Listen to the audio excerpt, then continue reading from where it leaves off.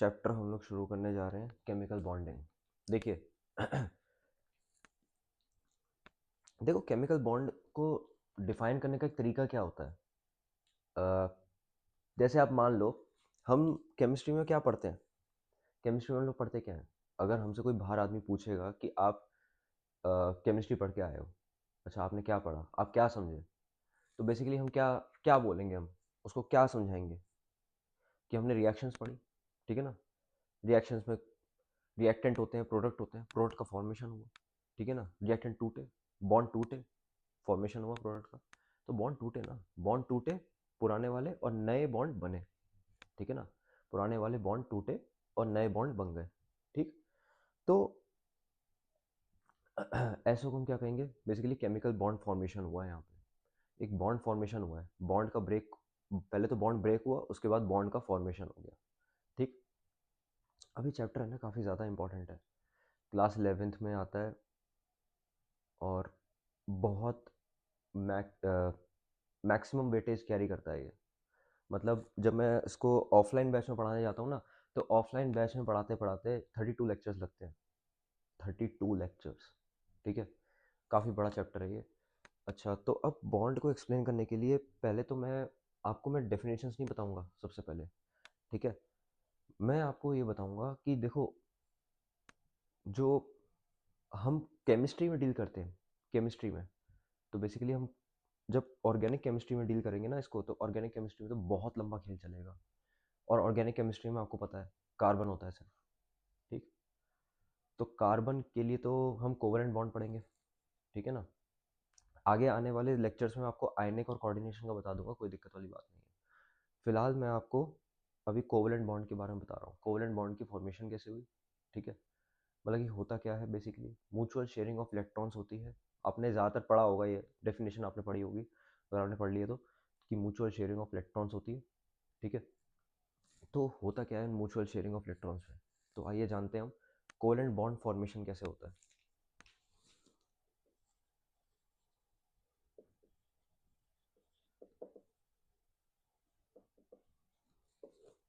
तो covalent bond formation ये होता कैसे है, देखिए ज़रा।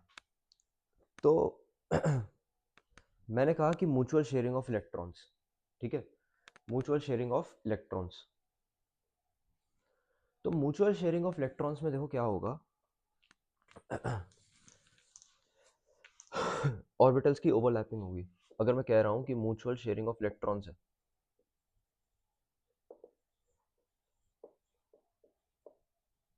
तो क्या होगा इसमें, बेसिकली ऑर्बिटल्स जो होंगे वो ओवरलैप होंगे।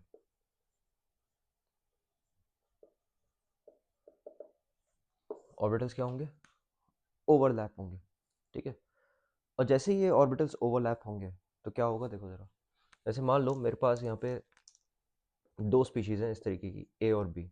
ठीक है ना। अब इनके जो है ना, ये इनमें क्या हो रहा है, एक बॉन्ड फॉर्मेशन हो रहा है। इन दोनों के बीच में एक बॉन्ड फॉर्मेशन होगा। तो क्या होगा यहाँ पे देखो, मैंने मान लिया कोवलेंट बॉन्ड फॉर्मेशन होगा, तो इनके ऑर्बिटल्स जो है ना वो आपस में ओवरलैप करेंगे। क्या हुआ, इनके ऑर्बिटल्स ने क्या करा, ओवरलैप करा।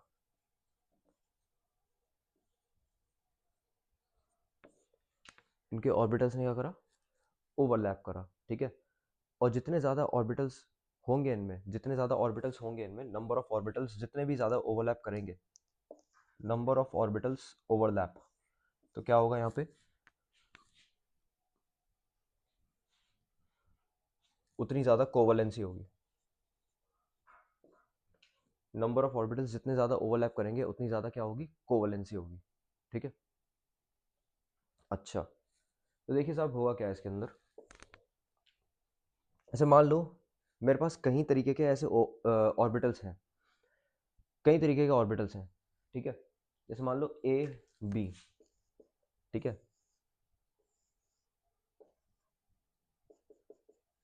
ए बी इस तरीके से ओवरलैपिंग हो रही है। तो जब इस तरीके से ओवरलैपिंग होगी ना, और मान लो यहाँ पे एक इलेक्ट्रॉन हो, ठीक है ना, बीच में एक इलेक्ट्रॉन हो। ठीक है। तो क्या होगा ये, 2C1E हो जाएगा। ठीक है। क्या होगा ये, टू सेंटर्ड वन इलेक्ट्रॉन। ठीक है, टू सेंटर्ड वन इलेक्ट्रॉन कहेंगे ऐसे को, 2C1E। ठीक है। वहीं अगर मैं एक ऐसी स्पीशीज ले लूँ, ए, इधर बी और इधर सी, ठीक है, इधर सी ले लूँ और तीनों में बॉन्ड बन जाए इस तरीके से, ठीक है, और दो इलेक्ट्रॉन हो बीच में, क्या हो, दो इलेक्ट्रॉन हो, एक इसमें इलेक्ट्रॉन हो और एक इसमें इलेक्ट्रॉन हो, ठीक है, एक इसमें इलेक्ट्रॉन हो इस तरीके से, तो क्या होगा इसमें, ये होगा 3C2E, 3C2E, ठीक है, 3C2E बॉन्ड बनते हैं, 3C2E बॉन्ड, इसको हम कई बार बनाना बॉन्ड भी कहते हैं, बनाना बॉन्ड खैर आगे आ जाएगा, ठीक है, बनाना बॉन्ड, इसको हम बाद में डिस्कस कर लेंगे, ठीक है ना। अच्छा, और भी कुछ बन सकता है, हाँ बिल्कुल बन सकता है, देखिए ज़रा, ए और बी, ठीक है, अब देखो इसमें होगा क्या, इसमें क्या हो जाएगा, हम इसमें क्या बनाए, जैसे मान लो यहाँ पे मेरे पास दो इलेक्ट्रॉन है, इस तरीके से बन गया, ठीक है, 2C 2E बॉन्ड बन गया यहाँ पे, 2 सेंटर्ड 2 इलेक्ट्रॉन, ठीक है ना, मतलब यहाँ पे 3 सेंटर्ड है, 3 बन रहे थे और 2 इलेक्ट्रॉन शामिल थे, एक इलेक्ट्रॉन यहाँ पे था, एक इलेक्ट्रॉन इसका था और एक इलेक्ट्रॉन इसका हो गया, ठीक है, 1 इलेक्ट्रॉन इसका शामिल हो रहा है तो 1 इलेक्ट्रॉन इसका हो गया, अब 2 इलेक्ट्रॉन इसके शामिल हो रहे हैं तो 2C और दो दो सेंटर्ड है ना और 2 इलेक्ट्रॉन, ठीक है ना, ये हो गया, क्या बात आपको क्लियर है, ठीक। अब मैं इसमें ना कुछ और चीज़ें डिस्कस करूँगा, ठीक है, इसमें मैं ऑर्बिटल्स के बारे में डिस्कस करते हैं अभी, मैंने यहाँ पे ऑर्बिटल्स आपको बताया, ऑर्बिटल्स ओवरलैप करते हैं, ठीक है, लेकिन ये ऑर्बिटल्स भी कितने तरीके के होते हैं, ठीक है, आपने अगर एटॉमिक स्ट्रक्चर अगर आपने पढ़ लिया तो बहुत अच्छी बात है, हालांकि वो तो मैं पढ़ाऊंगा ही, जब क्वांटम और एटॉमिक स्ट्रक्चर पढ़ाऊंगा तो मैं आपको ऑर्बिटल्स के बारे में और डिटेल में समझाऊंगा, ठीक, लेकिन अभी मैं ऑर्बिटल्स के बारे में बहुत बेसिक बेसिक बातें करूंगा, बेसिकली ऑर्बिटल थ्योरी में बहुत बेसिक बेसिक बातें होंगी, बस मैं एसपीडीएफ के बारे में आपको एक जिस्ट दे दूंगा, ठीक है ना, जिससे कि आप मतलब कर लेंगे केमिकल बॉन्डिंग, ठीक है, तो बेसिकली ऑर्बिटल आपके पास कितने तरीके के होते हैं, एसपीडीएफ, ये 4 तरीके के आपके ऑर्बिटल्स होते हैं, ठीक है, ये 4 तरीके के आपके ऑर्बिटल्स होंगे। अब सबसे पहला ऑर्बिटल जो है वो एस है, वो एस के बारे में हम लोग जानेंगे अभी, ठीक।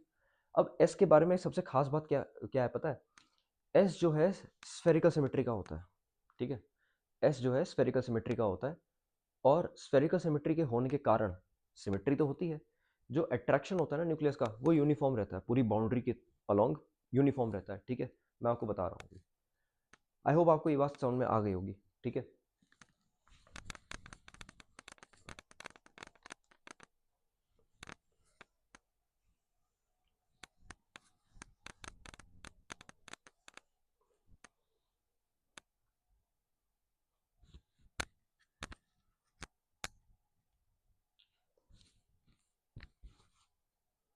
देखिए साहब, कॉल माइक एडजस्ट कर, बहुत दिक्कत हो रही है,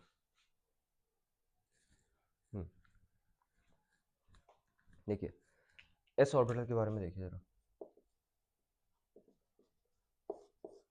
देखो एस ऑर्बिटल की क्या होती है, स्फेरिकल सिमेट्री,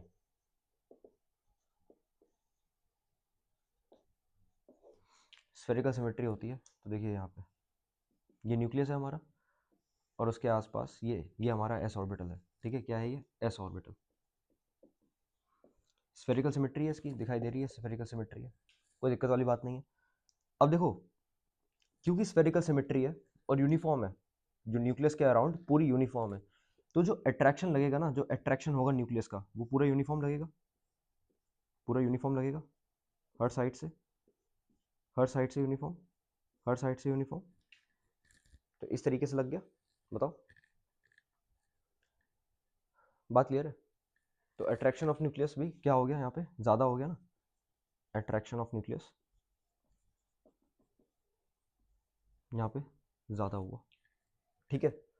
अब यही अट्रैक्शन ऑफ न्यूक्लियस, ये बहुत इंपॉर्टेंट बात है कि कितना ज़्यादा अट्रैक्ट हो रहा है न्यूक्लियस, ठीक है ना, मतलब कि कितनी ज़्यादा अट्रैक्ट कर रहा है न्यूक्लियस ये इसके इलेक्ट्रॉन्स को, एस ऑर्बिटल में जो इलेक्ट्रॉन है उनको कितना ज़्यादा अट्रैक्ट करेगा, इसी से हमारे दो मेन कॉन्सेप्ट निकल के आते हैं, वो दो मेन कॉन्सेप्ट का नाम क्या है, दो मेन कॉन्सेप्ट का नाम है, पहला है पेनिट्रेशन और दूसरा है शील्डिंग, हालांकि पेनिट्रेशन जो है उसी से शील्डिंग होती है, ठीक है ना, कॉज और इफेक्ट वाली बात है, ठीक है, penetration is a cause, shielding is the effect, ठीक।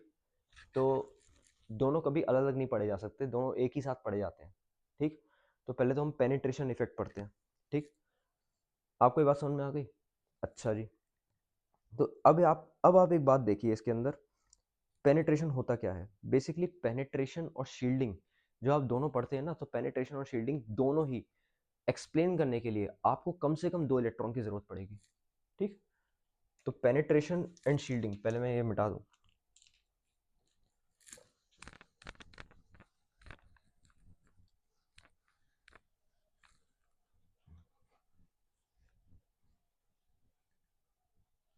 ये अट्रैक्शन ऑफ न्यूक्लियस से हमारे दो मेन कॉन्सेप्ट आए हैं, ठीक है ना। कौन कौन से? Penetration and shielding.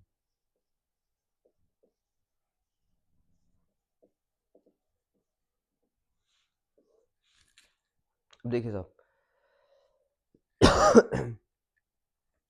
दोनों ही क्या है, दोनों में ही पॉली इलेक्ट्रॉनिक स्पीशीज चाहिए होंगी हमें। मतलब कि एक से काम नहीं चलेगा, दो या दो से ज्यादा इलेक्ट्रॉन चाहिए, 2 और मोर इलेक्ट्रॉन्स। 2 और मोर इलेक्ट्रॉन्स हमको चाहिए, ठीक है। और होगा क्या इसके अंदर, आपको यहाँ पे 2 ऑर्बिटल्स चाहिए होंगी, ठीक है ना। एक ऑर्बिटल से भी काम नहीं चलने वाला। क्या बात क्लियर है? And it is also a many orbital phenomena. Many orbital phenomena,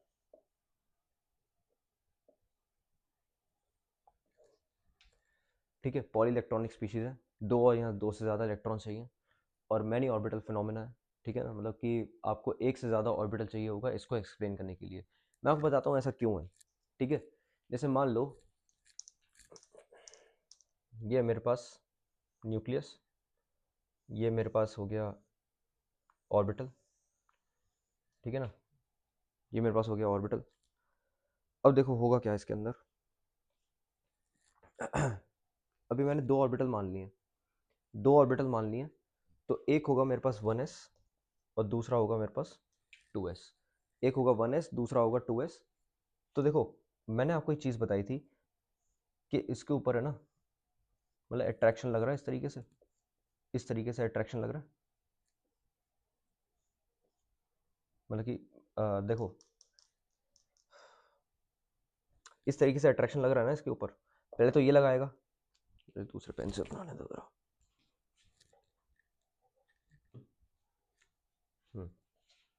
तो एक चीज़ देखो, ये है आपका पहला रेडियस R1 और ये है आपका दूसरा रेडियस R2, ठीक है। R2 ज़्यादा है R1 से, दिखाई दे रहा होगा। अच्छा, तो अब क्या होगा ना, ये इस तरफ आएगा। ये जो 1s है, ये 1s वाला जो है, ये इस तरफ आएगा, ये ज़्यादा अंदर होगा। 2s वाला भी ज़्यादा अंदर होगा, ठीक है ना। जब 1s वाला ज़्यादा अंदर होगा तो 2s वाला भी ज़्यादा अंदर आएगा, ठीक है। दोनों में ही क्या है, दोनों ही कॉन्ट्रैक्ट होंगे ना। अब दोनों ही कॉन्ट्रैक्ट होंगे तो होगा क्या, देखो जरा। तो अब जो रिजल्टेंट जो बना ना, वो कुछ ऐसा बनेगा, वो कुछ ऐसा बनेगा। देखो, इसकी पहले कुछ रेडियस थी, ठीक है। अब मान लो वो रेडियस घट के यहाँ पे आ गई, घट के यहाँ पे आ गई, बहुत बहुत करीब आ गई है, यहाँ आ गई होगी, ठीक है ना। वो रेडियस यहाँ आ गई होगी, ठीक। और जो बाहर वाला है हमारा 2s, ये तो 1s था। अब जो 2s है हमारा, वो 2s भी क्या होगा, वो भी कॉन्ट्रैक्ट होके वो कहीं यहाँ इस तरफ आ गया होगा, ठीक है। वो भी कहीं इस तरफ आ गया होगा। जैसे मान लो ये बाहर बाहर जो है ना, ये यहाँ आ गया होगा कहीं, कॉन्ट्रैक्ट होके ये भी कहीं यहाँ पे आ गया होगा। तो इस तरीके से बन गया होगा हमारा 1s और 2s, 1s ये रहा, 2s ये रहा, ठीक है। तो जो ये कॉन्ट्रैक्ट हुआ है ना, ये जो अट्रैक्शन हुआ है न्यूक्लियस का, जो बहुत भयंकर तरीके से अट्रैक्शन हुआ है यहाँ पे न्यूक्लियस का, तो इसको हम क्या कहेंगे, इसको हम कहेंगे पेनिट्रेशन इफेक्ट।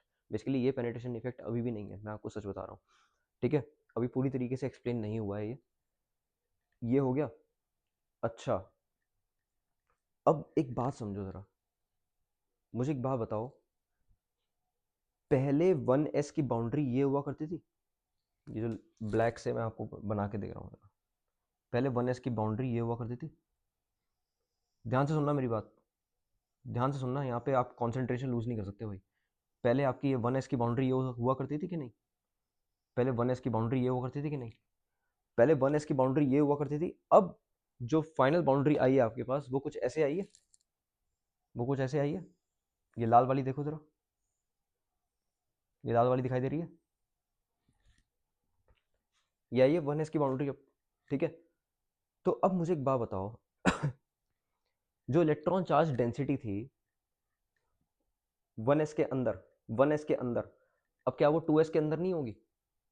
सोच के देखना, जो पहले 1s के अंदर जो इलेक्ट्रॉन चार्ज डेंसिटी थी, इसके अंदर जो इलेक्ट्रॉन चार्ज डेंसिटी थी इस बाउंड्री में, ठीक है ना, इस वाली बाउंड्री में,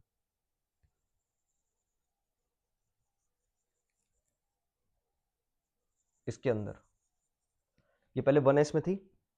अब मुझे सच बताना, अब किस में होगी? अब ये 2s में होगी कि नहीं? एग्जैक्टली इसी को ही हम पेनिट्रेशन इफेक्ट कहते हैं, एग्जैक्टली इसी को ही, ठीक है। तो क्या बोला मैंने? जब बाहर वाले की इलेक्ट्रॉन डेंसिटी अंदर वाले इलेक्ट्रॉन डेंसिटी में पेनिट्रेट कर जाए, पेनिट्रेट कर जाए, तो उसी को हम पेनिट्रेशन इफेक्ट कहते हैं, ठीक है।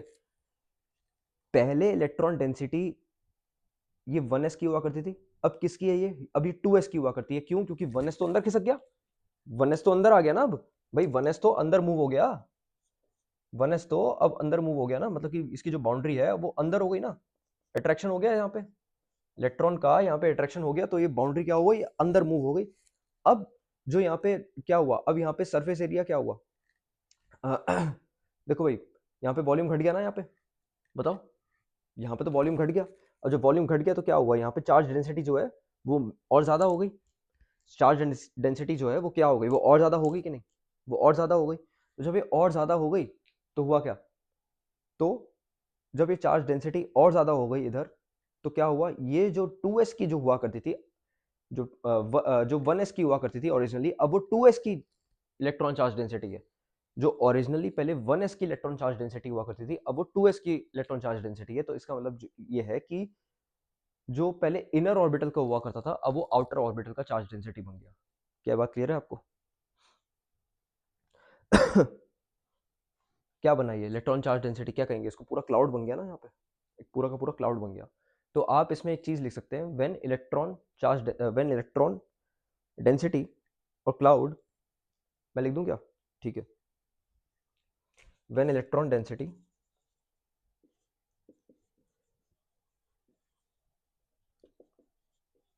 और cloud occupy occupy when electron density और क्लाउड ऑफ आउटर ऑर्बिटल लिखना चाहिए था मुझे, of outer orbital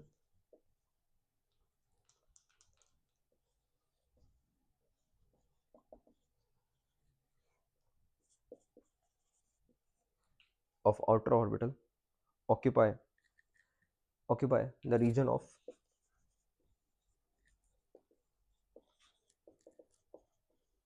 inner orbital. The phenomena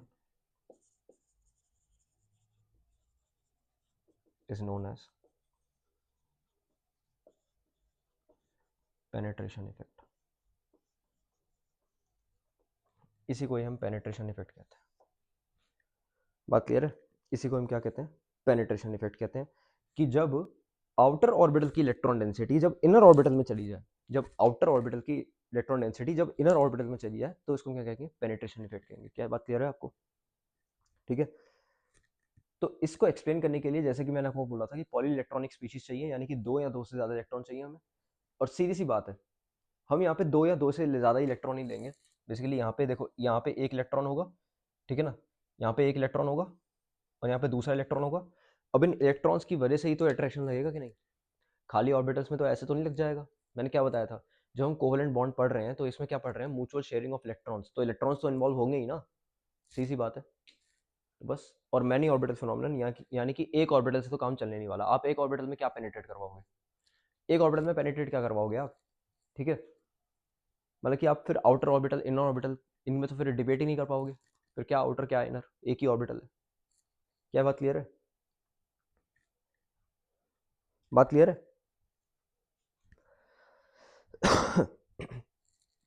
अच्छा भाई, शील्डिंग के बारे में पढ़ते हैं अभी हम, शील्डिंग के बारे में पढ़ते हैं। देखिए साहब, मेरे ख्याल से आपको ये बात समझ में आ गई होगी, ठीक है ना, कि जब आउटर ऑर्बिटल का इलेक्ट्रॉन डेंसिटी जब इनर वाले में चली जाए, जब इनर वाले में खिसक जाए, तो उसको हम क्या कहेंगे, पेनिट्रेशन इफेक्ट कहेंगे, ठीक है।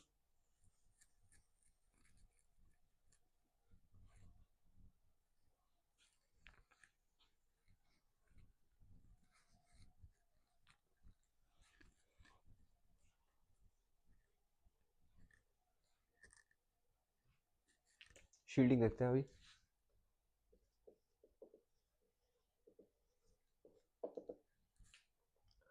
तो शील्डिंग जो है ना, वो पेनिट्रेशन के बगैर पढ़ा ही नहीं जा सकता, ठीक है ना। शील्डिंग क्या है, एक फॉलोड कॉन्सेप्ट है।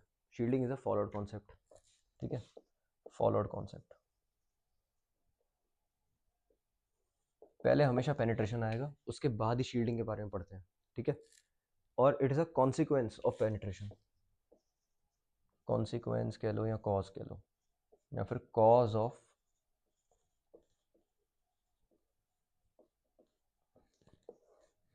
ऑफ पेनिट्रेशन, ठीक है। कॉन्सिक्वेंस है या तो कॉज है पेनिट्रेशन का, ठीक है ना। बढ़िया रात हो रही है यार, मतलब कितना टाइम हो रहा है, 4:18 हो रहे हैं। सुबह सुबह रिकॉर्डिंग करनी पड़ती है।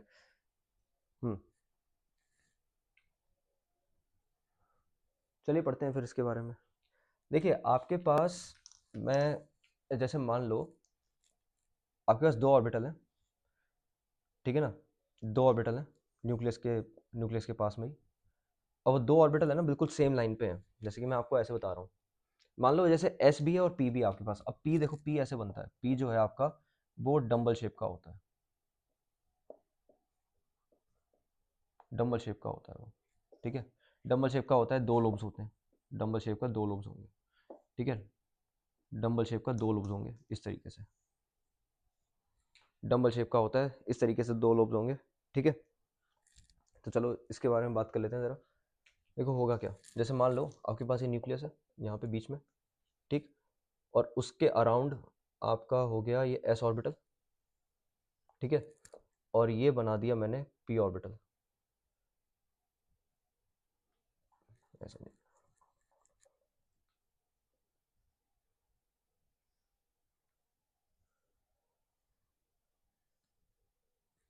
इस तरीके से बन गया, पी ऑर्बिटल बन गया यहाँ पे, ठीक है ना। ये पी ऑर्बिटल बन गया यहाँ पे, मैं जानता हूँ थोड़ा सा ख़राब बना है, थोड़ा सा और अच्छा बना दूंगा। हाँ ठीक है, ये पी ऑर्बिटल बन गया। तो एक है एस ऑर्बिटल और ये हो गया पी ऑर्बिटल। आप देख सकते हो बिल्कुल टच कर रहे हैं, ये बिल्कुल टच कर रहे हैं, एकदम सेम लेवल पे है, सेम साइज है, ठीक है। एस भी वहीं पे है, पी भी वहीं पे है, और एक एक इलेक्ट्रॉन मैं इसमें मान लेता हूँ, एक इलेक्ट्रॉन मैं इसमें मान रहा हूँ और एक इलेक्ट्रॉन मैं इसमें मान रहा हूँ, ठीक है। एक इलेक्ट्रॉन इसमें मान लिया। और देख सकते हो आप, जैसे मान लो, देखो 1s 1p तो कुछ नहीं होता, 2s 2p होता है, ठीक है, 2s और 2p होता है। तो बिल्कुल सेम साइज के हैं ये, ठीक है, सेम साइज के हैं, ठीक है, सेम शेल्स में है, ठीक है ना। मतलब n = 2 होगा यहाँ पे, n = 2 है, तो यहाँ पे मैंने मान लिया 2s = 2p। Same energy level है, ठीक है ना, same size same energy level हो गया। तो अब सेम एनर्जी लेवल है तो देखो क्या होगा यहाँ पे। तो बेसिकली क्या है ना, जो एस वाला होगा हमारा, जो एस वाला होगा वो ज़्यादा अट्रैक्ट करेगा, और जो पी वाला होगा ना, वो पी वाला दूर चला जाएगा। वो कैसे होगा देखो जरा, ये है, ठीक है ना, ये न्यूक्लियस है, ये न्यूक्लियस है। अब क्या होगा ना, ये इसके करीब आएगा, ये इसके करीब आएगा, ये जब इसके करीब आएगा ना, तो देखो ये जो बाउंड्री होगी इसकी वो कुछ ऐसी हो जाएगी, यहाँ पे आ जाएगा एस, तो यहाँ पे 2s आ गया। और जो 2p था यहाँ पे, वो 2p क्या होगा, वो रिपेल होके वो बाहर निकल जाएगा, वो इसको धक्का मार देगा इस तरीके से। जो 2s जो अट्रैक्ट हुआ है ना, वो 2p को क्या करेगा, वो धक्का मार के बाहर कर देगा। तो ये हो गया 2p। तो यहाँ पे क्या हुआ, यहाँ पे एक एनर्जी गैप बन गया इस तरीके का, एक यहाँ पे एनर्जी गैप बन गया इस तरीके का, बताओ एक यहाँ पे क्या बना, एनर्जी गैप बना कि नहीं, यहाँ पे एक एनर्जी गैप बन गया, ठीक।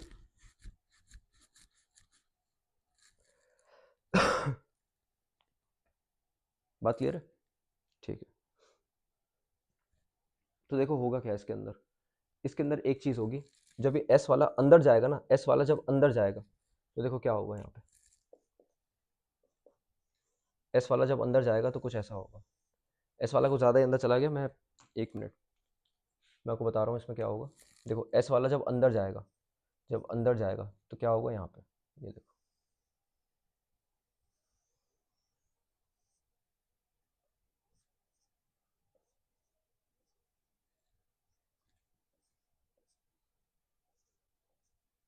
एस वाला इधर चला गया और पी वाला जो है, ये जो पी है ना, ये बाहर चला जाएगा। तो हुआ क्या यहाँ पे, इलेक्ट्रॉन, अब ये देखो यहाँ पे क्या हुआ, ये अट्रैक्शन हुआ ना, यहाँ पे क्या हुआ, यहाँ पे अट्रैक्शन हुआ, यहाँ पे अट्रैक्शन हो गया, ठीक है। सिमिलरली अगर मैं यहाँ पे बोलूँ तो यहाँ पे भी अट्रैक्शन हुआ है, ठीक है। क्या हुआ, यहाँ पे अट्रैक्शन हो गया। अब बाहर की तरफ क्या होगा, बाहर की तरफ क्या होगा, रिपल्शन होगा। बाहर की तरफ क्या होगा, यहाँ पे रिपल्शन होगा। तो जब यहाँ पे रिपल्शन होगा ना, तो रिपल्शन की वजह से क्या होगा, ये जो पी ऑर्बिटल है, ये पी ऑर्बिटल जो है वो बाहर चला जाएगा इस तरीके से, ठीक है ना। ये पी ऑर्बिटल क्या हुआ, बाहर चला गया इस तरीके से। तो एस ऑर्बिटल जो है वो अंदर की तरफ आया और पी ऑर्बिटल बाहर की तरफ चला गया। एस ऑर्बिटल अंदर आया और पी ऑर्बिटल बाहर की तरफ चला गया। क्या बात क्लियर है, बताओ। एस ऑर्बिटल जो है वो अंदर आया और पी बाहर की तरफ चला गया, ठीक। अब इसका शील्डिंग से क्या लेना देना है, अब वो भी देखें। सी सी बात है, जब मैंने आपको बताया पेनिट्रेशन के बारे में, तो पेनिट्रेशन के बारे में एक चीज़ मैंने आपको बताई कि जो आउटर ऑर्बिटल का जो इलेक्ट्रॉन डेंसिटी हुआ करता था, अब वो इनर ऑर्बिटल में आ चुका है। आउटर ऑर्बिटल का जो इलेक्ट्रॉन डेंसिटी था, अब वो इनर ऑर्बिटल में आ चुका है। तो बेसिकली होता क्या है ना, आप देख सकते हो, जब ये करीब आया ना, जब ये एस वाला और करीब आया और करीब आया, तो इसने न्यूक्लियस को ढक लिया, अपनी इलेक्ट्रॉन डेंसिटी से क्या हुआ, ढक लिया, ठीक है ना। अपनी इलेक्ट्रॉन डेंसिटी से क्या हुआ, शील्ड कर लिया या ढक लिया, shield through it's electron density, ठीक है ना। शील्ड कर लिया इसको अपनी इलेक्ट्रॉन डेंसिटी से। क्या बात क्लियर है, शील्ड कर लिया अपनी इलेक्ट्रॉन डेंसिटी से, बताओ।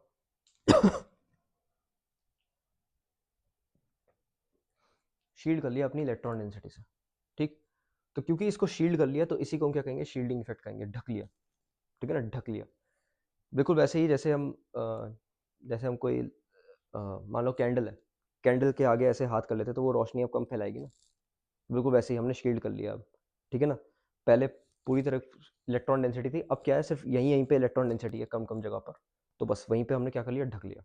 जैसे मान लो एक बल्ब है आपके पास, बल्ब बल्ब भी मान सकते हो, बल्ब के ऊपर मैंने ऐसे हाथ या फिर कपड़ा रख दिया इस तरीके से, ठीक है। कपड़ा रख दिया और वो, अब क्या होगा, अब ज़्यादा लाइट फैल नहीं पाएगी, बिल्कुल वैसे ही है ये, शील्ड कर लिया, ठीक है। Shield through it's electron density, ठीक है। किसकी बात कर रहा हूँ मैं बात कर रहा हूँ एस ऑर्बिटल की, मैं बात कर रहा हूँ एस ऑर्बिटल की। क्या बात क्लियर है आपकी, ठीक है। तो एक बात आपको रियलाइज होनी चाहिए कि पेनिट्रेशन हो या शील्डिंग हो, दोनों ही क्या है, दोनों ही पॉली इलेक्ट्रॉनिक स्पीशीज, दोनों ही पॉली इलेक्ट्रॉनिक स्पीशीज पे डिपेंड होंगी। मतलब कि पॉली इलेक्ट्रॉनिक स्पीशीज ही आपको लेनी पड़ेगी, तभी जाके आप इसको एक्सप्लेन कर पाएंगे, ठीक है। और मैनी ऑर्बिटल फिनोमेना है, मैनी ऑर्बिटल फिनोमेना का मतलब है कि मैनी ऑर्बिटल फिनोमेना, ये टू लोब्स लिखा था मैंने, मैनी ऑर्बिटल फिनोमेना का मतलब है कि आपको यहाँ पे एक लोब से आपका काम नहीं चलेगा, आपको दो या दो से ज़्यादा लोब्स ही लेने पड़ेंगे। क्या बात क्लियर है आपको, ठीक है। आप इसको नोट डाउन करिए, मेरे ख्याल से ये बात आपको समझ में आ गई होगी, ठीक। अच्छा।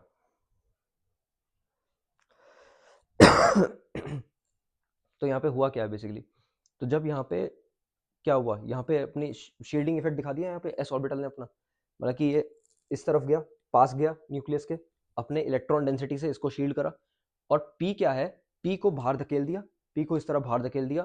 तो एक टाइम पे जब 2s is equal to 2p हुआ करता था, तो अब क्या होगा ना, बाद में क्या होगा, ये 2s और 2p अलग अलग हो जाएंगे, 2s is not equal to 2p। तो यहाँ पे बेसिकली हुआ क्या है, यहाँ पे लॉस ऑफ डीजेनरेसी हुआ है,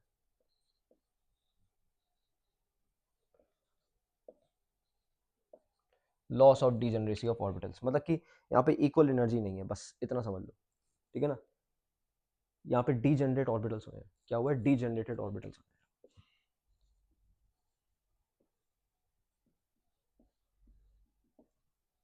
और हमेशा इसके अंदर याद रखना NS NP ND इस तरीके से काम होगा, ठीक है। तो जितना ज़्यादा पास आएगा ना उतनी एनर्जी कम होगी। मैं आपको अभी एक्सप्लेन करूँगा कैसे, आप इसको नोट डाउन करें। क्लियर है ये बात? अच्छा,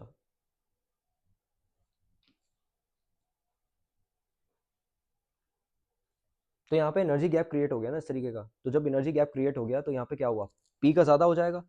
फिर अगर डी की बात करेंगे तो डी तो और भी ज़्यादा फैले हुए होते हैं, तो डी का और ज़्यादा हो जाएगा। इस तरीके से होता है।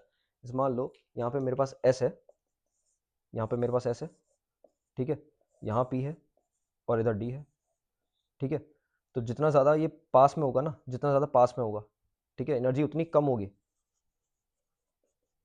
पास में जितना होगा ये एनर्जी उतनी कम होगी, जितना दूर होगा एनर्जी उतनी ज़्यादा होगी, ठीक है ना। जितना दूर होगा एनर्जी उतनी ज़्यादा होती जाएगी। क्या बात क्लियर है? जितना दूर होगा एनर्जी उतनी ज़्यादा होगी, इसलिए N S is greater than N S is less than N P is less than N D, ठीक है। जितना ज़्यादा दूर होता जाएगा एनर्जी उतनी ज़्यादा बढ़ती जाएगी। बताओ बात क्लियर है कि नहीं?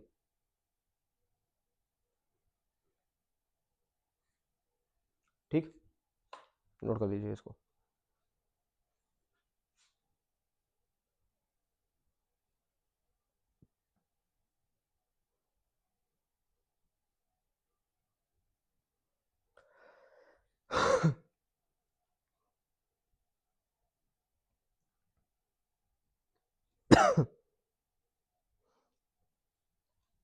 तो दो तरीके की केमिकल स्पीशीज हैं, एक होती है मोनो इलेक्ट्रॉनिक, पॉली इलेक्ट्रॉनिक। हम इसकी बेसिकली अब समरी देखेंगे हम, ठीक है। आई होप आपने ये नोट डाउन कर लिया होगा, समझ भी लिया होगा। नहीं समझ में आया तो आप वापस रिवाइंड करके देखिए, ठीक है।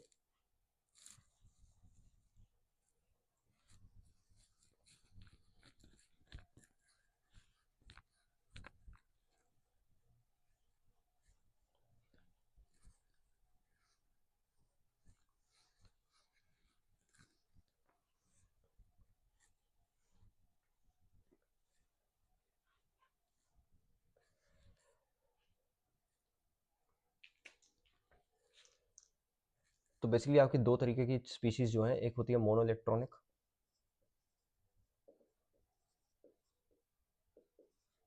और एक होगी poly electronic.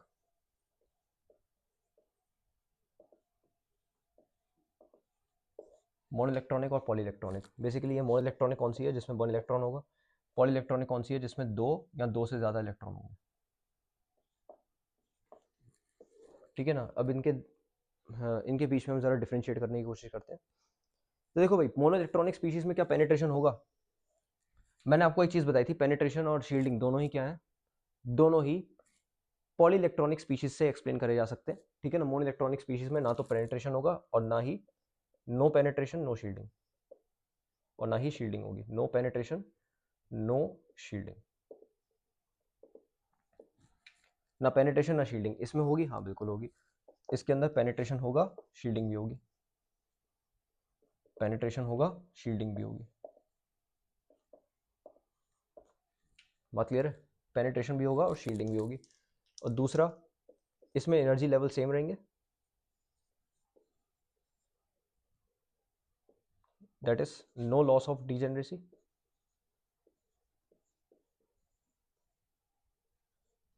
No loss of degeneracy. इसमें क्या होगा, लॉस ऑफ डीजेनरेसी होगी,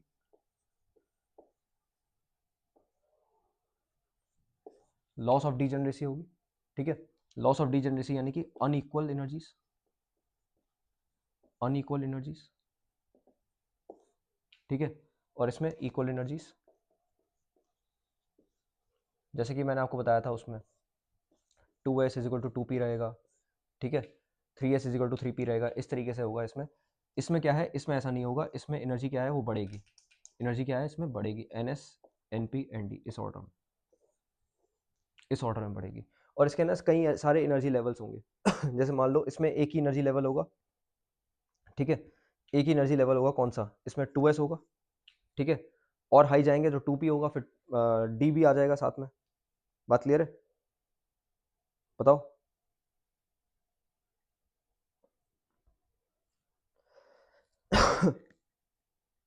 2s होगा यहाँ पे, ठीक है।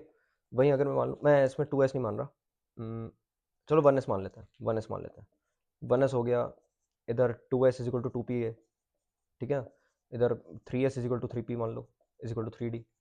इस तरीके से ये एनर्जी लेवल्स होंगे, ठीक है ना। ये हमारे क्या होंगे, एनर्जी लेवल्स होंगे, एनर्जी लेवल्स होंगे, ठीक। और वहीं पे अगर मैं एनर्जी लेवल्स और मान के चलूँ, इसके अंदर मान के चलूँ अगर एनर्जी लेवल्स, तो क्या होगा जरा, एनर्जी लेवल्स क्या क्या होंगे। एनर्जी लेवल्स देखो क्या क्या होंगे इसके अंदर, देखिए जरा, आपको बात समझ में आ रही है ना, ठीक है।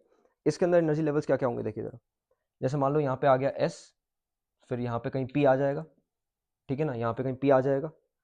तो मान लो मैंने यहाँ पे 2p ले लिया, यहाँ पे अगर मैं 1s ले रहा हूँ तो इधर क्या आ जाएगा, इधर 2s आ जाएगा, ठीक है ना। जैसे जैसे हम शेल बढ़ाते जाएंगे वैसे वैसे क्या होगा, एनर्जी लेवल ऐसे बढ़ता जाएगा, ठीक है। 2p 3p इस तरीके से ये बढ़ता जाएगा, ठीक है। इस तरीके से बढ़ता जाएगा ये, ठीक। ये इस तरीके से बढ़ रहा है। एक क्वेश्चन सॉल्व करें इसका, एक क्वेश्चन सॉल्व करते हैं तब जाके समझ में आ जाएगा मेरे ख्याल से आपको, ये एनर्जी लेवल्स इसके ऐसे राइज होंगे। वहीं पे क्या होगा, यहाँ पे आप देख सकते हो 2s is equal to 2p है, लेकिन यहाँ पे 2s is equal to 2p नहीं है, 2s से ज़्यादा किसका है, 2p का है एनर्जी लेवल। आप देख ही सकते थे 2p को हमने बाहर बाहर निकाल दिया था इसमें, ठीक है ना। जब 2s और 2p का जब मैंने बनाया था तो 2s क्या कर रहा था, खुद तो मतलब अट्रैक्ट हो गया था न्यूक्लियस की तरफ, अट्रैक्ट हो गया था, मतलब कि इलेक्ट्रॉन चार्ज डेंसिटी उसने ढक ली थी पूरी न्यूक्लियस के अराउंड। और 2p का क्या हुआ था, 2p रिपेल होकर बाहर चला गया था, ठीक है। अब बाहर चला गया था, मैंने बताया था जितना ज़्यादा दूरी होती है उतनी ज़्यादा एनर्जी लेवल होगी। तो दूरी किसकी ज़्यादा थी, 2p की ज़्यादा थी 2s से, तो इसलिए 2p क्या हो गया आगे, मतलब उसकी एनर्जी लेवल ज़्यादा हो गई। आप देख सकते हो ऊपर आ रही है एनर्जी लेवल इसकी, ठीक है। बस मैं इस पर क्वेश्चन करवाता हूँ एक, ठीक है, इस पर क्वेश्चन करते हैं।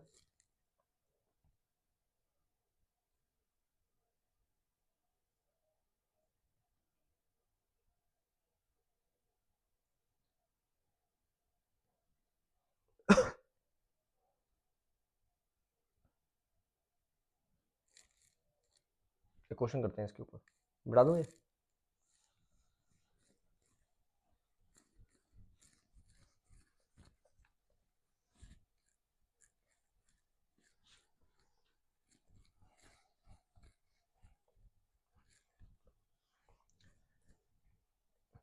अब ये क्वेश्चन है ना जेई में नहीं आता, ठीक है, जेई में नहीं आता, लेकिन इसमें क्या है ना कि हम जब इसको डिस्कस कर लेंगे ना हमारा सारा कॉन्सेप्ट क्लियर हो जाएगा ये वाला, ठीक। तो जरा आप क्वेश्चन देखें, how many number of degenerate orbitals, how many number of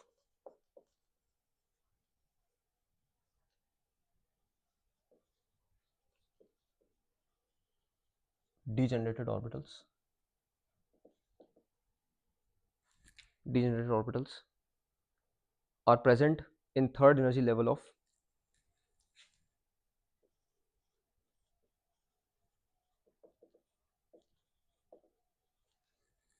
third energy level of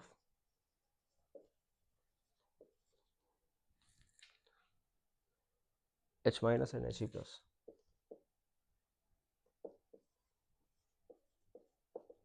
respectively,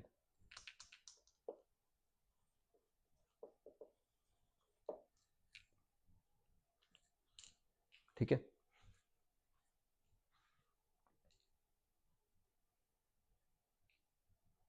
देखिए सब इसमें होगा क्या, नंबर ऑफ डीजेनरेट ऑर्बिटल्स हमें बताने हैं, ठीक है ना। ये एनर्जी लेवल्स कौन सा थर्ड एनर्जी लेवल है, थर्ड एनर्जी लेवल है of H minus and He plus respectively. H minus का देखें जरा, अब आप H माइनस की अगर आप बात करेंगे तो क्या होगा, H में एक इलेक्ट्रॉन होता है, माइनस कर दिया मतलब कि दो इलेक्ट्रॉन हो गए, ठीक है ना। दो इलेक्ट्रॉन हो गए तो मतलब दो इलेक्ट्रॉन मतलब पॉली इलेक्ट्रॉनिक स्पीशीज हो गई। भाई अगर मैं He प्लस की बात करूंगा तो He प्लस जो है ना हमारा, वो क्या होगा, दो इलेक्ट्रॉन होते थे, अब प्लस और कर दिया तो मतलब वन इलेक्ट्रॉन होगा इसमें। अरे सीधी सी बात है यार, इसमें इतना सोचना क्या है। मैंने देखता हूँ बच्चे इसमें भी सोचने लग जाते हैं, पता नहीं क्यों क्या सोचने लग जाते हैं, मेरे को समझ में नहीं आता, भगवान जाने।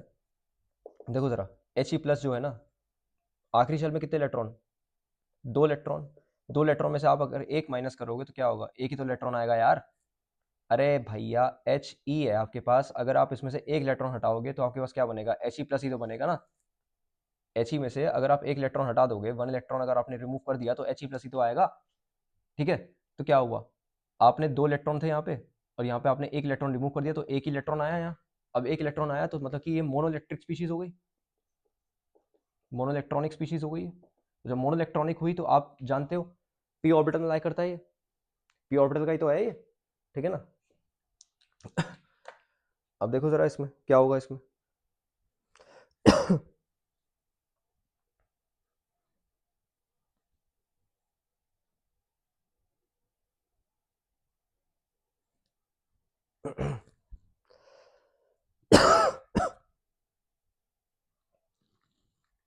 मोनो इलेक्ट्रॉनिक है, देखो जरा क्या होने वाला है। थर्ड एनर्जी लेवल और पूछ रहा है ये, तो मतलब फर्स्ट एनर्जी लेवल में तो वो यही आएगा आपका 1s आएगा, ये फर्स्ट हो गया। सेकंड में आपका 2s आएगा। थर्ड में आपका आएगा 3s is equal to 3p is equal to 3d। 2s is equal to 2p होता है सेकंड वाली में। भाई ये तो हम मोनो इलेक्ट्रॉनिक की बात कर रहे हैं ना, मोनो इलेक्ट्रॉनिक में ना पेनिट्रेशन होता है ना शील्डिंग होती है। और थर्ड एनर्जी लेवल की बात कर रहे हैं, ये फर्स्ट एनर्जी लेवल हो गया, ठीक है ना, ये फर्स्ट हो गया, ये सेकंड हो गया, और ये हो गया थर्ड। तो जब हम थर्ड एनर्जी लेवल की बात करेंगे तो ये आ गया 3s is equal to 3p is equal to 3d। और s में कितने ऑर्बिटल होते हैं, हमसे क्या पूछा गया, डी जनरेटेड ऑर्बिटल्स पूछा गया। s में कितने ऑर्बिटल, एक ऑर्बिटल होता है। p में कितने ऑर्बिटल, 3 ऑर्बिटल होते हैं। d में कितने ऑर्बिटल होते हैं, 5 ऑर्बिटल होते हैं। दोनों को ये तीनों को ऐड कर दो, 1 + 3 4 हो गया, 5 कितना हो गया, 9 ऑर्बिटल्स आ जाएंगे, 9 डीजेनरेट ऑर्बिटल्स आ जाएंगे इसके अंदर। और वहीं अगर मैं इसकी बात करूं H माइनस, ये इसकी 2 इलेक्ट्रॉन स्पीशीज की अगर मैं बात करूंगा, तो अगर मैं इसमें थर्ड एनर्जी लेवल निकालूं तो 1s तो ये रहा, 2s ये रहा, और 2p यहाँ पे आ गया। और 2p जब यहाँ पे आ गया, आप देख सकते हो ये वही फर्स्ट, सेकंड और थर्ड, ठीक है। 2p यहाँ आ गया। अब p में कितने ऑर्बिटल होते हैं, px py pz, px py pz ये होता है, तीन ही ऑर्बिटल होंगे इसमें। तो जब 3 ऑर्बिटल होंगे तो क्या होगा, इसमें 3 ऑर्बिटल डीजनरेट हो गए, इसमें 9 ऑर्बिटल डीजनरेट हो गए। तो इसका आंसर क्या आया, इसका आंसर आया 3 and 9। इसका आंसर क्या आया बेटा, 3 and 9 आ गया। ये बात आपको क्लियर है। इसमें कितने डीजनरेटेड होंगे at third energy level. Third energy level क्या होगा, H माइनस है, H माइनस में कितने होंगे, 2 इलेक्ट्रॉन होंगे ना। अरे यार फिर वही बात, आखिरी शेल में कितने इलेक्ट्रॉन है, एक इलेक्ट्रॉन है। आप एक इलेक्ट्रॉन बढ़ाओगे, एक इलेक्ट्रॉन बढ़ाओगे कितना, 2 इलेक्ट्रॉन ही तो होंगे ना इसमें। तो 2 इलेक्ट्रॉन होंगे तो कैसी स्पीशीज हो गई, पॉली इलेक्ट्रॉनिक, ठीक है ना। 2 इलेक्ट्रॉन है इसमें। अब 2 इलेक्ट्रॉन है तो इसका मतलब क्या होगा, पेनिट्रेशन शील्डिंग दोनों होगी इसके अंदर। तो फर्स्ट सेकंड और थर्ड में ये ऑर्डर रहेगा, 1s 2s फिर 2p। और थर्ड एनर्जी लेवल में 2p आ रहा है, और p में कितने ऑर्बिटल होंगे, 3 ऑर्बिटल होंगे, तीनों डीजनरेट। 3 इसका आ गया, और उसका कितना आया, 9 आ गया। बात क्लियर है, बात क्लियर है। मेरे ख्याल से क्वेश्चन से आपको ये सॉल्व, क्वेश्चन जब मैंने सॉल्व कर दिया तो आपके कॉन्सेप्ट जो है वो क्लियर हो गए होंगे इसके बारे में, ठीक है ना। अच्छा देखो, पेनिट्रेशन और शील्डिंग यही खत्म होता है, पेनिट्रेशन और शील्डिंग यही समाप्त होता है आपका। अब अगला जो टॉपिक होगा वो मैं आपका डी ऑर्बिटल्स के बारे में डिस्कस करूंगा। मैंने आपको एस और पी के बारे में थोड़ा थोड़ा बता दिया, ठीक है ना। अब डी ऑर्बिटल्स के बारे में जब मैं डिस्कस करूंगा ना, तो आपको बहुत मजा आने वाला है। क्यों, क्योंकि जब आप डी ऑर्बिटल्स के बारे में पढ़ते हो, खासकर क्लास 12 में डी एंड एफ ऑर्बिटल्स के बारे में पूरा पूरा चैप्टर है, ठीक है ना। डी एंड एफ ब्लॉक पूरा पूरा चैप्टर है। तो उसमें जो आंसर्स लिखे आते हैं ना, आंसर्स आपने ही पढ़े होंगे कहीं ना कहीं। क्यों, क्या कौन कौन से आंसर होंगे, vacant due to the presence of vacant D orbital, due to filled D orbital, ठीक है ना, डी डी ट्रांसेक्शन, ठीक है ना, P pi D pi back bonding. इस तरीके से जो आंसर आते हैं वो मैं आपको डी ऑर्बिटल्स के थ्रू वो समझा दूंगा, ठीक है ना। और क्यों आते हैं वो डी ऑर्बिटल्स के स्ट्रक्चर से हमें पता चलेगा कि डी ऑर्बिटल्स में आखिर ऐसा होता क्या है कि इस तरीके के आंसर हमको मिलते हैं, ठीक है ना। तब तक के लिए बाय बाय, थैंक यू।